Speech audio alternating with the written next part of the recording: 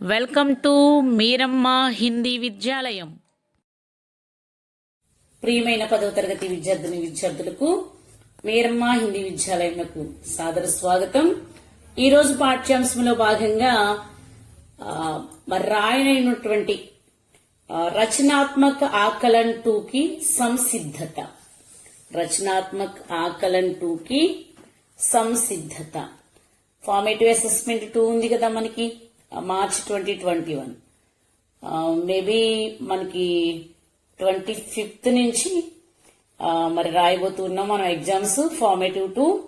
ఇందుకోసమై మరి మన 10వ తరగతి హిందీ పాఠ్యాంశాలు మనకేమున్నాయి అంటే ఫార్మేటివ్ 2కి వచ్చేసరికి హం భారతవాసి పద్య భాగం నుంచి అంతర్రాష్ట్రీయ స్థర పరి హిందీ గద్య భాగం నుంచి అదేవిధంగా భక్తి పద్య భాగం నుంచి ఈ విధంగా మనకి फॉर्मेटिव 2 असेसमेंट की माने रचनात्मक आकलन 2 के लिए हम भारतवासी भक्ति पद पद्य भाग से और अंतर्राष्ट्रीय स्तर पर हिंदी गद्य भाग से हम जानते हैं पहला रोमन 1 में भाषा की बात से 8 बिट्स होंगे 4 मार्क्स के लिए. सूचना के अनुसार कीजिए. अर्ध అంటే నేనేం చేస్తాను అంటే మనకి ఇవ్వబడినటువంటి ఈ యొక్క 3 లెసన్స్ నుంచి భాషాకి బాత్ ఏదైతే ఉందో అందులో మనకి ఇవ్వబడినటువంటి అర్థాలు పర్యాయ శబ్దు విలోమ శబ్దు ఇట్లా 1 by 1 ఎన్నుంటే అన్ని మీకు ఇక్కడ ఇస్తున్నాను. ఎందుకంటే మనం ఫైనల్ ఎగ్జామ్స్ కి ఏమి వెళ్ళిపోవట్లేదు కదా. ఫార్మేటివ్ 2 కి ఉన్నటువంటిది ఏదైతే ఉందో సిలబస్ మొత్తాన్ని మనం చదువుకోవాలి. అప్పుడే కదా ఇప్పుడు ఎంత చక్కగా ప్రిపేర్ అవుతామో ఫైనల్ ఎగ్జామ్స్ లో అంత బాగా రాయగలుగుతాం. సో నేను గెస్ట్ చేసి ఏదో ఒకటి ఇచ్చేస్తే మీరు దాన్నే పట్టు కూర్చుంటారు. అట్లా కాకుండా మొత్తం లెసన్ లో ఏవైతే ఉన్నాయో మనకి మొత్తం ఉన్నటువంటి 3 లెసన్స్ నుంచి ఏవేవైతే ఉన్నాయో నేను వాటన్నిటిని కూడా తీసుకున్నాను. ఇక్కడ చూద్దాం అర్థం ఏముంది మనకి అంటే जग माने जग का अर्थ है संसार. नाव का अर्थ है नौका. अमोलक का अर्थ है अमूल्य. మనకి ఇవి భక్తి పద్ నుంచి ఇవ్వబడ్డాయి. జగ్ సంసార్ नाव नौका अमोलक अमूल्य. पर्याय शब्द दुनिया माने जग संसार विश्व जगत. पर्याय शब्द अमृत सुधा पीयूष सोम अमी. पावन का पर्याय शब्द है पवित्र शुद्ध साफ निर्मल. ఈ 3 కూడా మనకి ఎక్కడి నుంచి వచ్చాయి हम भारतवासी कविता पाठ నుంచి. भाषा का पर्याय शब्द है बोली जबान वाणी. समाधान का पर्याय शब्द है जवाब उत्तर परिष्कार. संकल्प का इरादा दृढ़ निश्चय. इरादा और दृढ़ निश्चय. ये 3 शब्द कहां से अंतर्राष्ट्रीय स्तर पर हिंदी गद्य भाग से आए हैं. और प्रभु का पर्याय शब्द है ईश्वर भगवान. पानी का है उदक जल नीर. चंद्र का पर्याय शब्द है चांद चंदा सिस. ये 3 शब्द भक्ति पद से और ये 3 अंतर्राष्ट्रीय स्तर पर हिंदी से और ये 3 हम भारतवासी कविता पाठ से. और विलोम शब्द देखिए निराशा का विलोम शब्द है आशा. त्याग स्वार्थ प्यार द्वेष एकता अनेकता स्वदेश विदेश प्राचीन नवीन स्वामी दासा गुरु शिष्य दिन रात.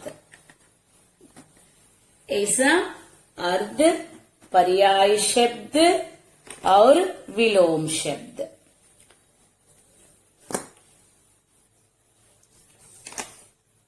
वचन मोती सागर में मिलता है, मोती सागर में मिलता है, మోతి సాగర్ మే మిల్తే హై. చూడండి, యాక్చువల్ గా మనం మోతి అనగానే ఏమనుకుంటాం చెప్పండి, ఈకారం ఉంది కాబట్టి ఇది స్త్రీలింగ అని అనుకుంటాం కదా. కానీ మోతి అనే శబ్దము స్త్రీలింగ శబ్దము కాదు. మనం పక్షి చూస్తాం, అందులో కూడా ఈకారం ఉంటుంది, అది కూడా మనకి స్త్రీలింగ శబ్దం కాదు, పుల్లింగ శబ్దమే. ఇక్కడ సూత్రము చూడండి, पुल्लिंग आकार आकारांत के सिवा शेष मात्राओं से अंत होने वाले पुल्लिंग शब्दों के रूप दोनों वचनों में एक समान ही रहते हैं.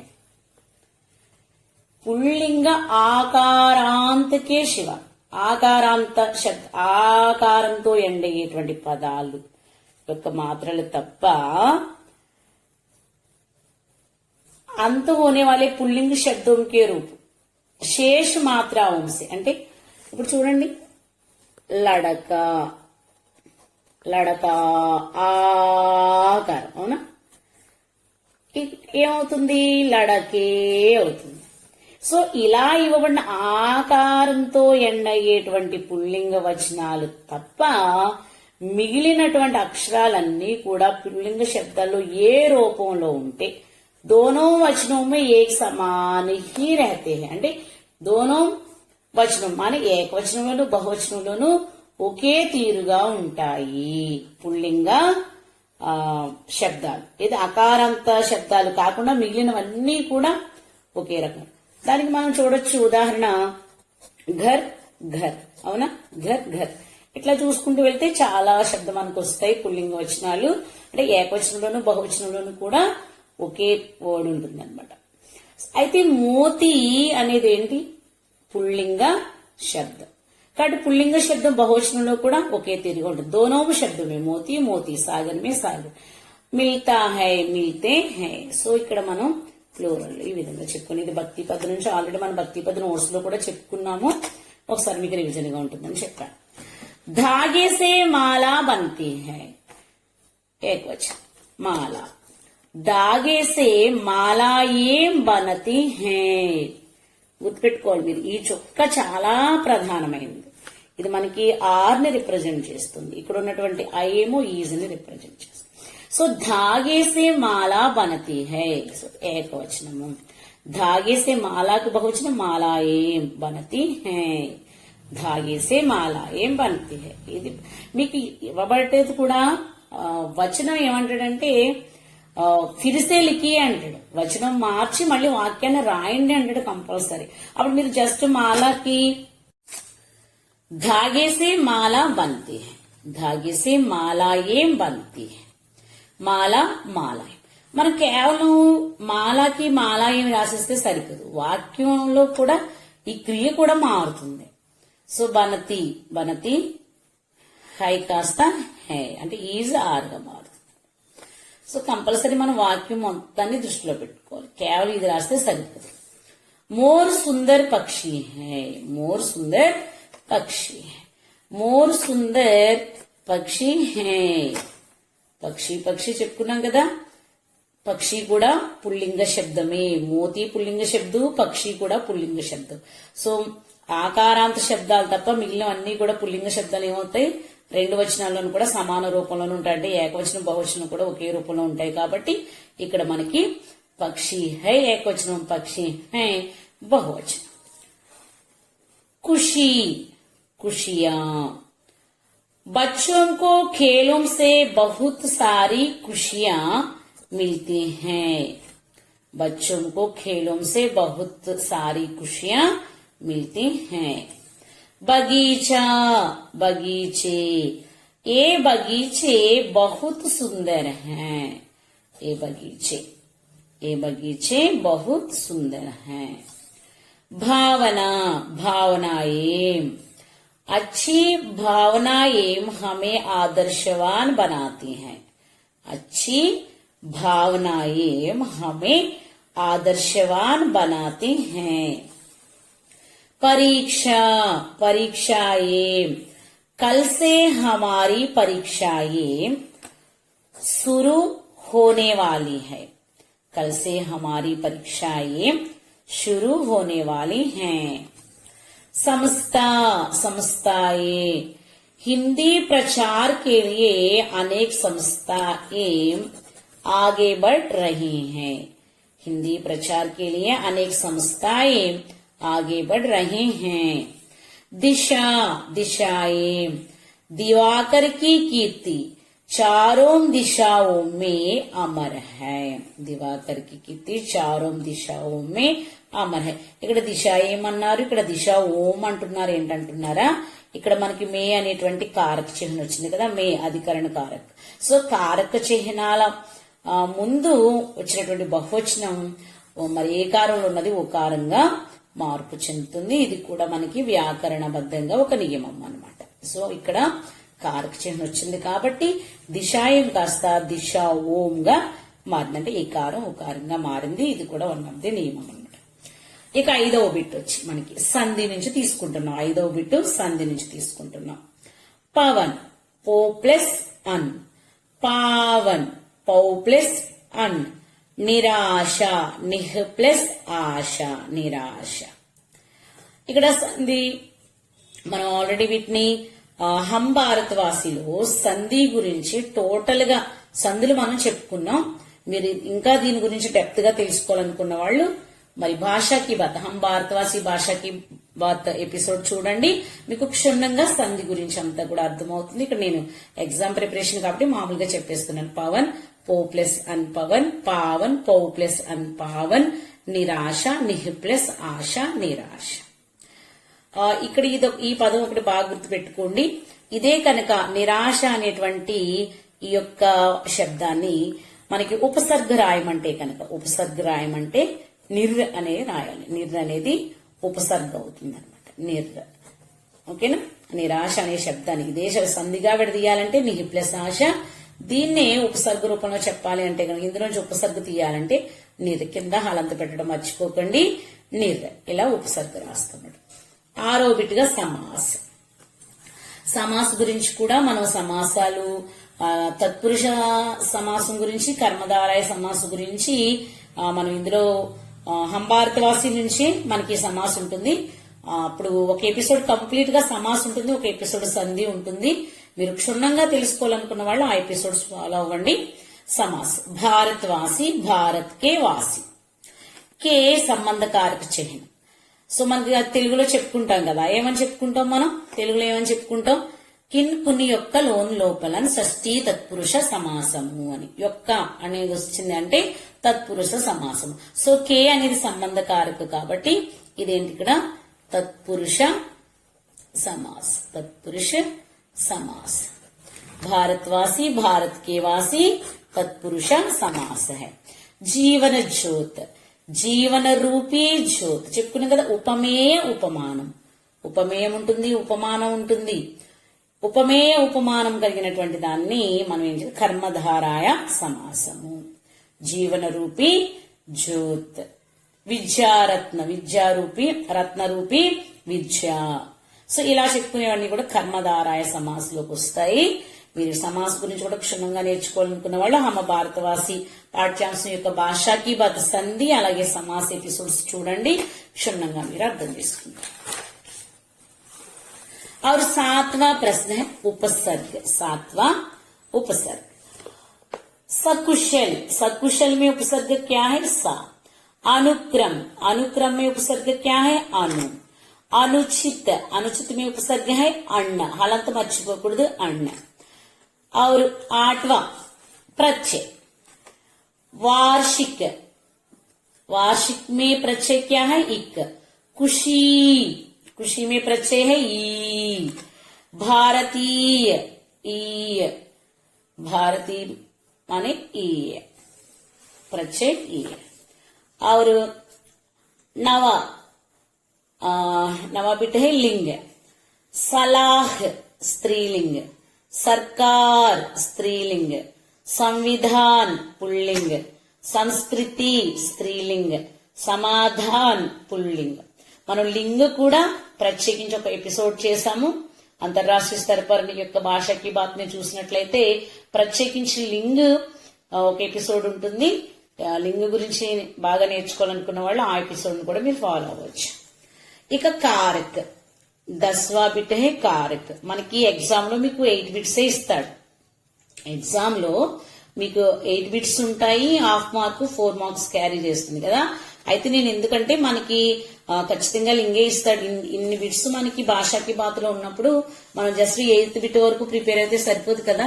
ఇవి కూడా ఇచ్చేటువంటి ఛాన్సెస్ ఉన్నాయి కాబట్టి నేను వీటిని కూడా ఏదైతే ఎక్స్ట్రా ఉన్నాయో అవి కూడా చెప్తున్నాను.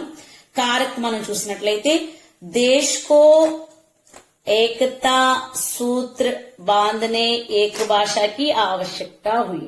నేను ఆల్రెడీ ఇక్కడ 2 కారక చిహ్నలు రాసేసాను, కానీ మనకి ఎలా అడుగుతాడు అంటే కారక చిహ్నంతో ఫిల్ చేయమని అడుగుతాడు. देश को एकता के सूत्र में बांधने के लिए एक भाषा की आवश्यकता हुई. देश को एकता के सूत्र में बांधने के लिए एक भाषा की आवश्यकता हुई. దీన్ని మీరు బాగా బైహర్ట్ చేయాలి. దేశ్ కో అనేటువంటి కారక చిహ్న, అలాగే कर्मकारक चिन्ह, के संबंध कारक, में अधिकरण कारक, के लिए संप्रदान कारक और की भी సంబంధ కారక్. సో ఇట్లా మనకి ఇవ్వబడినటువంటివి చూసుకుని మనం ఫుల్ఫిల్ చేయాల్సి ఉంటుంది. और 11वां बिट है एक शब्द में लिखना. చెప్పుకున్నాం కదా, ఇవి కూడా మనం అంతర్రాష్ట్రీయ स्तर पर హిందీ నుంచి నేర్చుకున్నాము. जो विश्व के सभी देशों से जुड़ा हो. మరి మనం చాలా మంది వక్తలు మాట్లాడుతూ ఉంటారు. ఒక్కొక్క వక్త చాలా ఉన్నటువంటి చిన్న విషయాన్ని చాలా పెద్దది చేసి పెద్ద పెద్ద మాటల్లో చెప్తా ఉంటారు. అది ఇంకొక వక్త ఉంటాడు, ఎంత పెద్ద విషయాన్నైనా చాలా క్షుణ్ణంగా 1-2 మాటల్లో చెప్పేస్తా ఉంటారు. సో ఎక్కువ మాటల్లో చెప్పబడిన దాన్ని ఒక సింపుల్ వర్డ్ లో చెప్తున్నట్లయితే జో విశ్వకే సభీ దేశం సే జుడా హో. సో మరి ప్రపంచంలో అన్ని దేశాలతోనూ సంబంధించినటువంటిది ఏంటది, అంతర్రాష్ట్రీయ స్థాయి అంటాం. అలాగే వైశ్వీకరణ అని అంటాం. విశ్వవ్యాప్తమని అంతర్జాతీయ స్థాయిలో అని చెప్తాం కదా. సో అలా అంతర్రాష్ట్రీయ వైశ్వీకరణ. దీనికి కూడా నేను నోట్స్ మీకు నియమాలన్నీ కూడా చెప్పుకొచ్చాను, ఏ శబ్దంలో ఎలా మారుతుంది. అదేవిధంగా 12वां बिट देखिए, అనేక శబ్దों में लिखना. అనేక శబ్దों में అద్వితీయ, మనకి ఇక్కడ ఒక ముఖ్యమైనటువంటి వర్డ్ ఉంది, అద్వితీయ అనేటువంటి ఒక వర్డ్. అనేక శబ్దों में लिखना जिसके समान दूसरा ना हो. అద్వితీయం అంటే ద్వితీయము లేనిది, అంటే రెండవది అనేది లేదు, ఇక దానికి సాటేది లేదండి అంటారు కదా. సో జిస్కే సమాన్ దూసరా నా, దానికి సమానమైనది ఇంకొకటి లేదు, దానికి అదే సాటి అని చెప్పడానికి అద్వితీయం అనేటువంటి శబ్దాన్ని ఉపయోగిస్తాం. సో ఈ విధంగా ఏక శబ్ద మే లిఖనా, అనేక శబ్దం మే లిఖనా. వత్ని సహీ కీజియే. ఆల్రెడీ భక్తి పదం మనం చెప్పుకున్నాం. చదమ్న, సవి, భక్తి, ఇవి అశుద్ధ వర్తనీలో ఉన్నాయి కదా, స్పెల్లింగ్ మిస్టేక్స్ కింద అట్లా అక్షర దోషాలు ఉన్నాయి. సో కరెక్ట్ చేసినట్లయితే మనం చందన్ అంటే ఉన్నటువంటి చుక్క కాస్త ఇక్కడికి వస్తుంది కదా, చందన్. మొదటి బి ఇచ్చాడు, మనం రెండవ బి రాయాలి, ఒత్తు బి. సో సభి. అలాగే భక్తిలో ఒత్తు కావత్ ఇచ్చాడు, కాదది మనకి మొదటి కావత్ కావాలి కాబట్టి భక్తి. సో చందన్, సభి, భక్తి, ఏ హే శుద్ధ వర్తని. और तत्सम रूप. और 14वां बिट है तत्सम रूप. बन का तत्सम रूप है वन, रतन का तत्सम रूप है रत्न, कृपा का तत्सम रूप है कृपा. बन वन, रतन रत्न, कृपा कृपा. ये है భాషా की बात. మనకి మొదటి ఇచ్చేటువంటి 8 బిట్స్ ఏవైతే ఉన్నాయో ఈ భాషా की बात లో మనకి ఇవ్వబడినటువంటి 3 పాఠ్యాంశాల నుంచి కూడా ఉన్నటువంటి వీటిని మనం నేర్చుకున్నాం. ఇవి మీరు బాగా ప్రిపేర్ అయినట్లయితే నాకు తెలిసి ఒక హాఫ్ బిట్ కూడా, మీ హాఫ్ మార్క్ కూడా పోగొట్టుకోరు. కాస్తంత శ్రద్ధ పెట్టి ప్రతిదీ కూడా కాస్తంత చూడండి. మీరు అట్లా చేసినప్పుడు మంచి మార్క్స్ తెచ్చుకోగలుగుతారు. రోమన్ నెంబర్ 1 నుంచి మనకి హాఫ్ మార్క్ కూడా పోకుండా 4 మార్క్స్ కూడా మన పాకెట్ లోనే ఉంటాయి. दूसरा अर्धग्राह्यత प्रतिक्रिయ. Roman number పఠిత పద్యాంశ. పఠిత పద్యాంశ నుంచి మనకి 5 బిట్స్ ఉంటాయి. బిట్ వచ్చి హాఫ్ మార్క్ క్యారీ చేస్తుంది, 2.5 మార్క్స్. ఇక్కడ నేను పైన ఇవ్వబడినటువంటి 2 లైన్స్ మర్చిపోయాను. మన్మే శ్రద్ధ और प्रेम का अद्भुत दृश्य दिखाएंगे అనేవి యాడ్ చేసుకున్నా. 2 లైన్స్ కూడాను. ऊंच नीच का भेद मिटाकर दिल में प्यार बसाएंगे, नफरत का हम तोड़ कुहासा अमृत रस बरसाएंगे, हम निराशा दूर भगाकर फिर विश्वास जगाएंगे, हम भारतवासी दुनिया को पावनदाम बनाएंगे. प्रश्न ये है, हम भारतवासी दुनिया को क्या बनाएंगे? क्या बनाएंगे? ఏం తయారు చేస్తాం? हम भारतवासी दुनिया को पावनधाम बनाएंगे. పుణ్యస్థలంగా మార్చేస్తాం. పుణ్యక్షేత్రంగా, ఒక పవిత్ర భూమిగా మనం ప్రపంచాన్ని మార్చేద్దాం. మనమే కేసా దృశ్య దిఖాయింగే. మనమే కేసా దృశ్య, ఎలాంటి దృశ్యాలు మన మనసులో చూపిస్తాం? అద్భుత దృశ్య. ఈ అద్భుత దృశ్య ఆన్సర్ ఎక్కడ ఉంటుంది? రిమైనింగ్ 2 లైన్స్ నేను మర్చిపోయాను. యాక్చువల్ గా అవి రాసుకుని మనమే శ్రద్ధ और प्रेम का అద్భుత దృశ్య దిఖాయింగే అని 2 లైన్స్ ఉంటాయి కదా, అవన్నమాట. దాంట్లో మనకి ఆన్సర్ ఉంటుంది. हमें कैसा भेद मिटाना चाहिए? हमें कैसा भेद मिटाना चाहिए? ఎలాంటి భేదాన్ని మరి మనం పారద్రోలాలి? నఫరత్ కా తోడు కుహాష. నఫరత్ కా తోడు కుహాష. నఫరత్ కా తోడు కుహాష. స్వార్థాన్ని, వీటిని మనము మట్టిలో కలిపేయాలి, బరద్దలు చేసేసేయాలి. నిరాశకు దూర్ భగాకర్ హమే క్యా కర్నా హై? మరి నిరాశను దూరం చేసి మనం ఏమి చేయాలి? నిరాశకు దూర్ భగాకర్ ఫిర్ విశ్వాస జగాయింగే. మరి ఏం చేస్తాం మనము అంటే విశ్వాస జగాయింగే. సో మనకి ఇస్తున్న పఠిత పద్యాంశం, పఠిత గద్యాంశానికి ఇవ్వబడుతున్నటువంటి ప్రశ్నల యొక్క ఆన్సరు ఆ పద్యంలోనూ అలాగే గద్యంలోనూ ఉంటుంది. మనం కాస్త క్షుణ్ణంగా 1-2 సార్లు ప్రశ్నని చదివి ఇవ్వబడినటువంటి ఈ కొచ్చిన పదాలు ఏవైతే ఉన్నాయో క్యా, కేసా, కేసా, క్యా, ఇలా ఇవి ఉన్నటువంటి వీటిని అన్నింటినీ కూడా మనం అర్థం చేసుకుంటూ రాయగలగాలి. ఇస్ పద్యాంశ కిస్ పాఠ సే లియా గయా. మరి ఏ పాఠ్యాంశం నుంచి, కిస్ పాఠ సే ఏ పాఠం నుంచి తీసుకున్నాం? ఏ పాఠం నుంచి? హం భారతవాసి. హం భారతవాసి. ఇక్కడ 5వ ప్రశ్న ఇంకొక ఛాన్స్ ఉంది. ఇస్ కవిత కా కవి కౌన్ హై? కవి కౌన్ హై? ఆర్పి నిశంక్ జీ హై.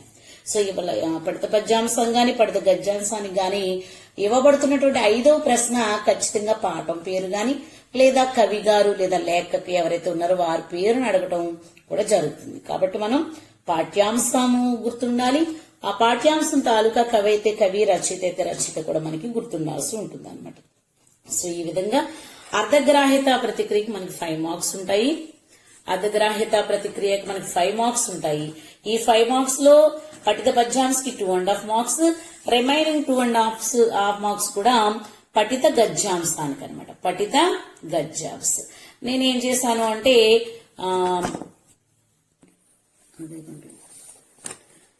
भारतीय स्वतंत्रता संग्राम में देश को एकता के सूत्र में बांधने के लिए एक भाषा की आवश्यकता हुई.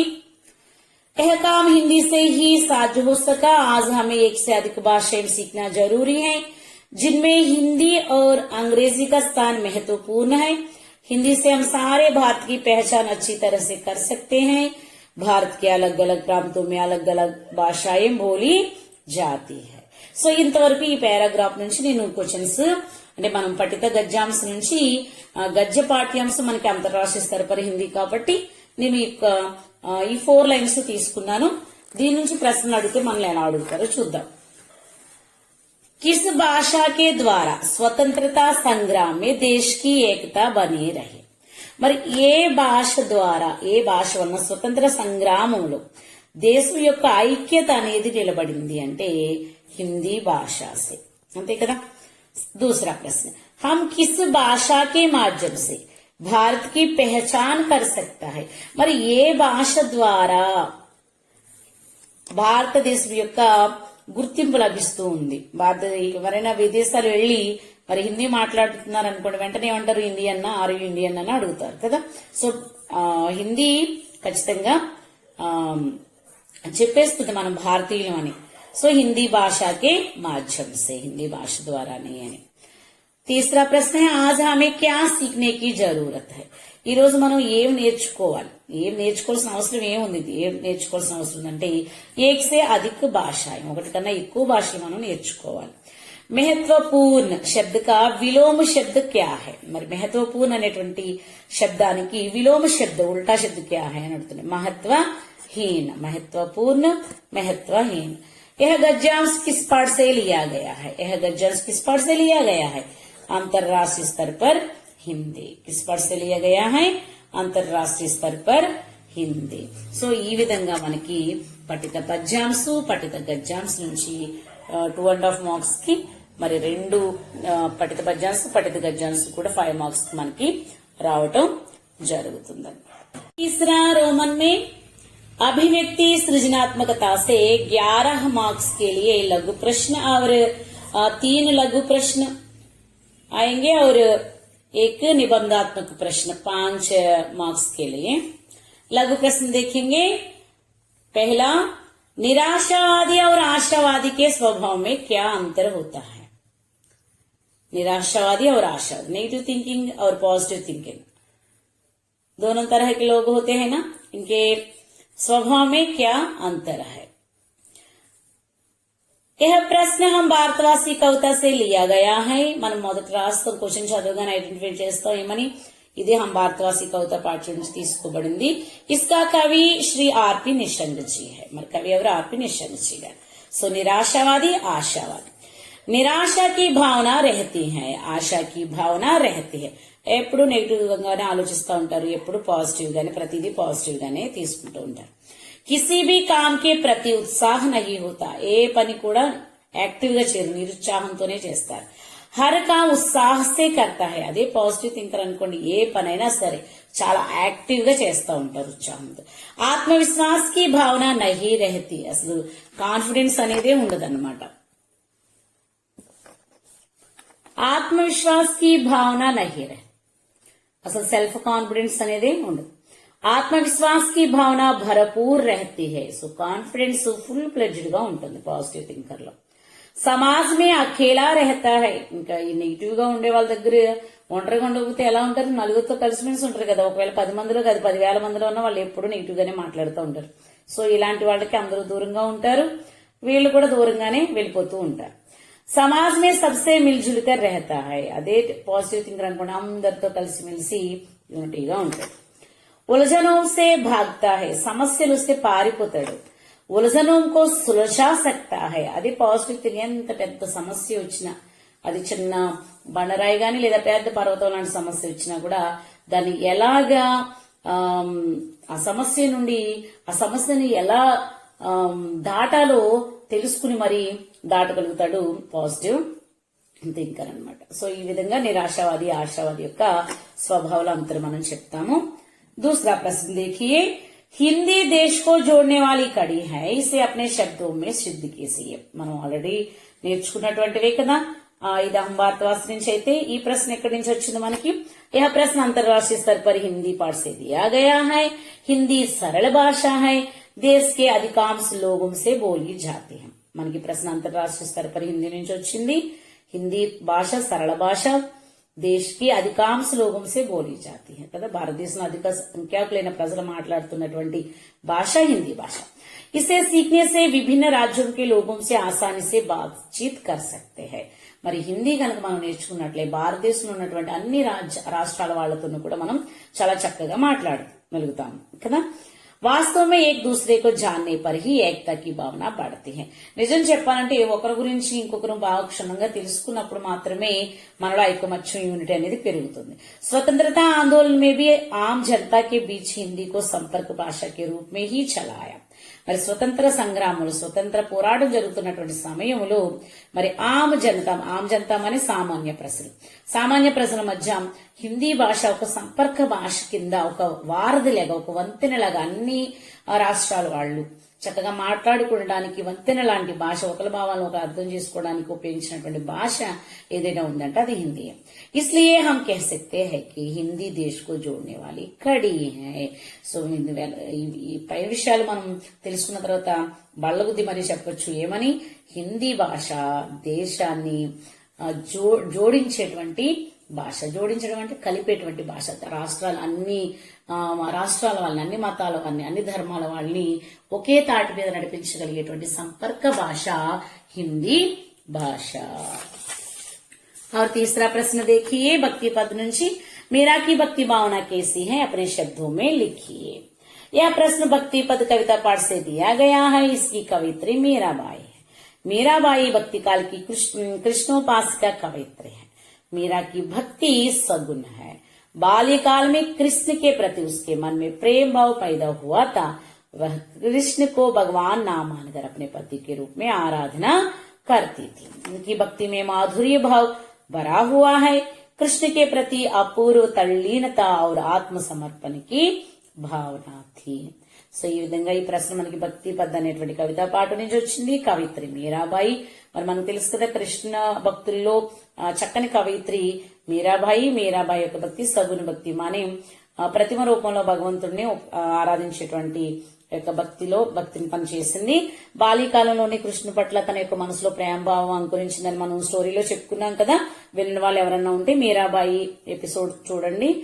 భక్తి పద్ పాఠ్యాంశానికి సంబంధించి మరి మీరాబాయి లెసన్ ఆ పార్ట్ మనం చూసినట్లయితే మీరాబాయి గురించి క్షుణ్ణంగా మనకు అర్థమవుతుంది. వహ కృష్ణుకో భగవాన్ నామని తను ఏం చేసింది, భగవంతుడిని కాకుండా భర్తగా ఊహించుకుని మరి మాధుర్య పదజాలంతో భర్తతో ఎలా అయితే ప్రేమగా అనురాగంతో మాట్లాడతారో అలాగే ఆ చక్కని మాధుర్యమైనటువంటి మధురమైనటువంటి పదజాలాన్ని ఉపయోగిస్తూ ఆ యొక్క కృష్ణుడి పట్ల భజన గీతాలు రాయటం, వాటితో కృష్ణుని ఆరాధించడం అనేటువంటిది మరి మనం మీరాబాయి యొక్క పద్యంలో చూస్తాం. అందుకని మీరాబాయి భక్తిలో మాధుర్య భావం నిండి ఉంటుంది. కృష్ణునికి ప్రతి అపూర్వ తల్లీనత ఆత్మ సమర్పణకి భావన. ఇంకా కృష్ణుడి పట్ల తన్మయురాలైపోయింది. అంతేకాకుండా తన ప్రాణాన్ని కూడా ఆ యొక్క కృష్ణుడి ప్రతిమ దగ్గరే మరి సమర్పించడం కూడా జరిగింది అనమాట. సో అంతటి చక్కటి భక్తి చేసినటువంటి మీరాబాయి యొక్క భక్తి భావం కైసే అని అడిగినప్పుడు మనం ఇలా రాస్తాం. అంటే నేను ఏం చేస్తానంటే మన 3 పాఠ్యాంశాల నుంచి కూడా ఒక్కొక్కటి తీసుకున్నాను. లఘు ప్రశ్నలు, అది కూడా అభివ్యక్తి సృజనాత్మకతలో ఉన్నటువంటివి. రిమైనింగ్ క్వశ్చన్స్ కూడా చదువుకోండి, మీకు ఇంకా ప్లస్ పాయింట్ గా ఉంటుంది. సో నిబంధాత్మక ప్రశ్న ఇచ్చినట్లయితే మనకి 5 మార్క్స్ కి ఇస్తాడు. ఒకటే ఇస్తాడు ఇక్కడ మనకి, ఒక్కటే ఇచ్చి దాన్ని రాయమంటాడు. సో మనకి ఉన్నటువంటిది ఏంటి, ఫస్ట్ వన్ కవిత అని ఇచ్చినట్లయితే కనుక हम भारतवासी कविता का సారాంశం అడగడం జరుగుతుంది. हम भारतवासी कविता का సారాంశం అడగడం జరుగుతుంది. లేదు ఒకవేళ నిబంధాత్మక ప్రశ్న గద్య భాగం నుంచి ఇవ్వాలని అనుకున్నాడు అనుకోండి, అప్పుడు అంతర్రాష్ట్రీయ స్థాయి నుంచి హిందీ భాష పర్ చోటసా నిబంధ్ అనేటువంటిది ఉంది కదా, చోటసా నిబంధ్ దేని మీద, హిందీ భాష పర్, హిందీ భాష పర్. సో ఈ రకంగా మనల్ని అడగడం జరుగుతుంది. సో ఆ రెండు కూడా మనం చూసేద్దాం. हम भारतवासी कविता का सारांश लिखिए। कवि परिचय। कवि का नाम आरपी निशंक, जन्म 15 जुलाई 1959, जन्मस्थल उत्तराखंड। रचना का मुख्य विषय देशभक्ति। रचनाएं समर्पण, नवंकुर, जीवन पथ में मातृभूमि के लिए मुझे विधाता बनना है। विषय प्रवेश। भारत प्राचीन देश है। यहाँ की संस्कृति और सभ्यता विश्व को लुभाती है। भारत सच्चिवानों, अहिंसावादियों, सूफी संतों, कर्तव्यनिष्ठों, धर्मनिष्ठों और देशभक्तों का पावन भूमि है। यहाँ का हर बच्चा इनके मार्ग पर चलकर विश्व शांति और विश्व बंधुत्व की भावनाओं से दुनिया को पावन धाम बनाना चाहता है। సో మన భారతదేశం ఎలాంటి దేశం, ప్రాచీనమైనటువంటి దేశం. ఇక్కడ యొక్క సంస్కృతి సభ్యత మరి ఏం చేస్తుంది, ప్రపంచాన్ని ఆకర్షిస్తుంది. భారతదేశం హరిశ్చంద్రుడు లాంటి సత్యవంతులు, గౌతమ బుద్ధుడు లాంటి అహింసావాదులు, కబీరు రహీం లాంటి సత్పురుషులు, మన సంత కబీరు చెప్పుకుంటాం కదా. అలాగే కర్తవ్యనిష్ఠ అనేక మంది ఉన్నారు, ధర్మనిష్ఠ और देशभक्तों की पावन भूमि है. అలాగే అనేక మంది భగత్ సింగ్ లాంటి దేశభక్తులు అనేక మంది పుట్టినటువంటి పవిత్ర భూమి. యహాకా హర్ బచ్చా ఇన్కే మార్గ పర్ చల్కర్. మరి భారతదేశంలో ఉన్నటువంటి ప్రతి స్టూడెంట్ కూడా వీళ్ళ యొక్క మార్గంలో, అంటే పైన ఎవరైతే సత్యవంతులని, అహింసావాదులని, ధర్మనిష్ఠులని చెప్పుకున్నామో వాళ్ళ యొక్క మార్గంలో నడిచి విశ్వ శాంతి और విశ్వ బంధుత్వకి భావన से దునియాకు పావన్ ధామ్ బనానా చాహతా హై. మరి విశ్వశాంతిని స్థాపించి వసుదైక కుటుంబం అనేటువంటి భావనని ప్రపంచ వ్యాప్తం చేయాలి, విశ్వవ్యాప్తం చేయాలనేటువంటిది కవి గారి యొక్క ఆలోచన. ఈ యొక్క కవిత ఈ యొక్క విషయంతో నిండి ఉంటుంది. సారాంశ్. कवि कहते हैं कि हम भारतवासी दुनिया को पावन धाम बनाएंगे, हम अपने मन में श्रद्धा और प्रेम का अद्भुत दृश्य दिखाएंगे, सब में ऊंच नीच का भेद मिटाकर दिल में प्यार बसाएंगे, नफरत को दूर भगाकर अमृत बरसाएंगे, निराशा को दूर करके लोगों को विश्वास जगाएंगे, उलझनों में उलझे लोगों को तथ्य दीप समझाएंगे. సో ఈ విధంగా కవి గారు మరి ప్రపంచాన్ని పుణ్యక్షేత్రంగా మార్చేద్దాం, మన మనసు నిండా ప్రేమని శ్రద్ధని నింపుకుందాం, అద్భుతమైనటువంటి దృశ్యాన్ని, ఆ ప్రేమ శ్రద్ధ కలిగినటువంటి అద్భుతమైన దృశ్యాన్ని అందరికీ చూపిద్దాం. మరియు ఇక్కడ అందరూ కూడా సమానమే, ఏ విధమైనటువంటి భేదాభిప్రాయాలు లేవు. ఒకవేళ అలాంటివి ఉన్నా వాటిని కాస్త మనసులో నుంచి హృదయం నుంచి పారద్రోలేసి హృదయం నిండా ప్రేమను నింపేద్దాం అంటున్నాడు.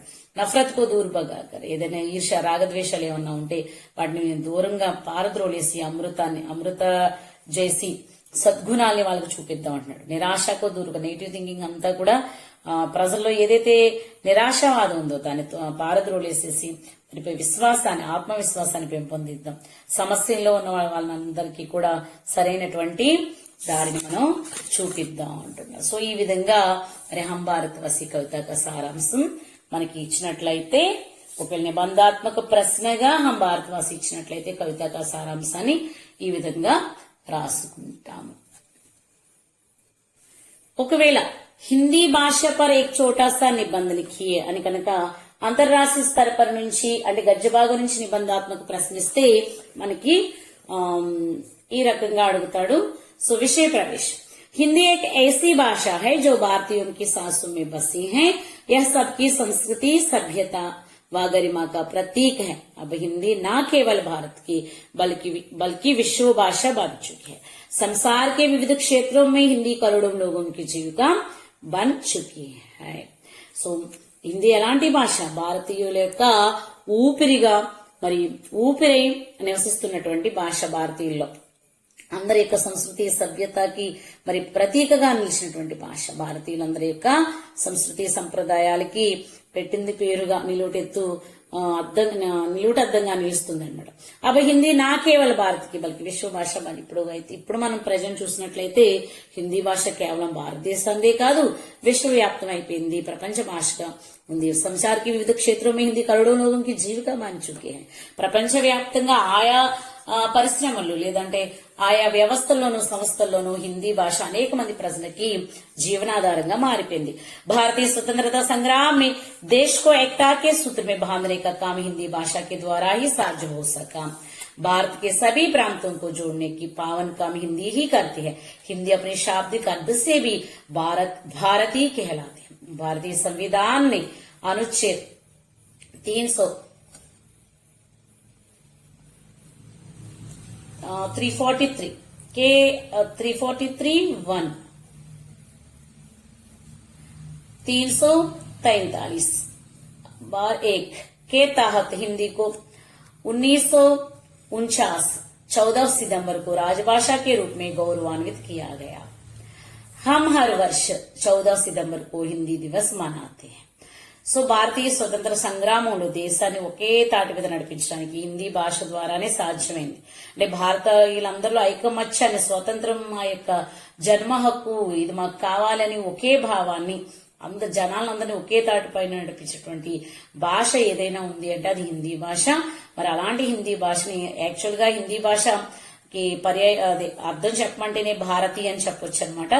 అంత గొప్పగా హిందీ భాషని భారతీయులు గౌరవించడం జరుగుతుంది. సో భారతీయ రాజ్యాంగం మరి అనుచ్ఛేద 343(1) లో 1949 లో సెప్టెంబర్ 14వ తారీఖున రాజ్యాంగంలో దీన్ని చేర్చడం జరిగింది.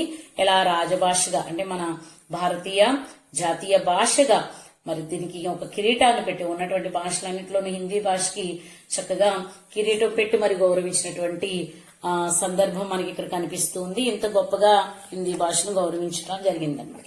आज विश्व के सभी देशों में हिंदी की मांग बढ़ती जा रही है. विदेशी भी हिंदी सीख रहे हैं. बैंक, मीडिया, फिल्म उद्योग आदि क्षेत्रों में हिंदी की उपयोगिता बढ़ती जा रही है. गर्व की बात यह है कि सारा विश्व हिंदी का महत्व जान चुका है. हर वर्ष 10 जनवरी को विश्व हिंदी दिवस मनाया जा रहा है। మరి ఈ రోజు మనం చూసినట్లయితే ప్రపంచవ్యాప్తంగా అనేక దేశాల్లో హిందీ యొక్క డిమాండ్ అనేది రోజు రోజుకి పెరిగిపోతోంది. విదేశీయులు కూడా హిందీ భాష నేర్చుకుంటా ఉన్నారు. అటు బ్యాంక్ సెక్టర్ లో గానీ, మీడియాలో గానీ, ఫిల్మ్ ఇండస్ట్రీలో గానీ, ఏ క్షేత్రంలో చూసినా, ఏ పరిశ్రమలో చూసినా మరి హిందీ భాష యొక్క ఉపయోగం అనేది రోజు రోజుకి పెరుగుతూనే ఉంది. మనం గర్వించదగినటువంటి విషయం ఏంటంటే ప్రపంచం అంతా కూడా హిందీ భాష యొక్క మహత్వాన్ని గొప్పతనాన్ని తెలుసుకుంది. అందువలనే ప్రతి సంవత్సరం జనవరి 10వ తారీఖున విశ్వ హిందీ దివస్ అనేటువంటిది జరుపుకోవటం జరుగుతుంది అనమాట. సో ఈ విధంగా మనకి ఫార్మేటివ్ 2లో ఆ భాషకి బాత్ రోమన్ నెంబర్ 1 లోను 2 లోనేమి చెప్పుకున్నాం కదా, అర్ధగ్రాహ్యత ప్రతిక్రియ కింద పఠిత పద్యాంశు పఠిత గద్యాంశు, అలాగే రోమన్ నెంబర్ 3లో అభివ్యక్తి సృజనాత్మక కింద ఒక 3 లఘు ప్రశ్న, అలాగే ఒక నిబంధాత్మక ప్రశ్న ఇవ్వటం జరుగుతుంది. మీరు వీటన్నిటిని కనుక బాగా రేపు మనకి ఎలాగో 2 days 3 days టైం ఉంది కాబట్టి హిందీని ఈ యొక్క పేపర్ ని మీరు బాగా చదివినట్లయితే మంచి మార్క్స్ తో పాస్ అవుతారు. సో 20 మార్క్స్ కి 20 మార్క్స్ తెచ్చుకుంటారని నేను ఆశిస్తూ ఉన్నాను. మీరందరూ కూడా మన హై స్కూల్లో చదువుతున్నటువంటి గవర్నమెంట్ స్కూల్, ముఖ్యంగా జిల్లా పరిషత్ స్కూళ్లలో వాళ్ళకి కదా మనకు జరుగుతున్నటువంటి ఎగ్జామ్ ఇది. ఈ యొక్క 25వ తారీఖున స్టార్ట్ అవుతుంది కాబట్టి ఫార్మేటివ్ 2 కంపల్సరీ మీరందరూ కూడా చక్కగా ఈ నోట్స్ ప్రిపేర్ అవ్వండి, మంచి మార్క్స్ తెచ్చుకోండి, కామెంట్ పెట్టడం మర్చిపోకండి. ధన్యవాదాలు. All the best, all of you.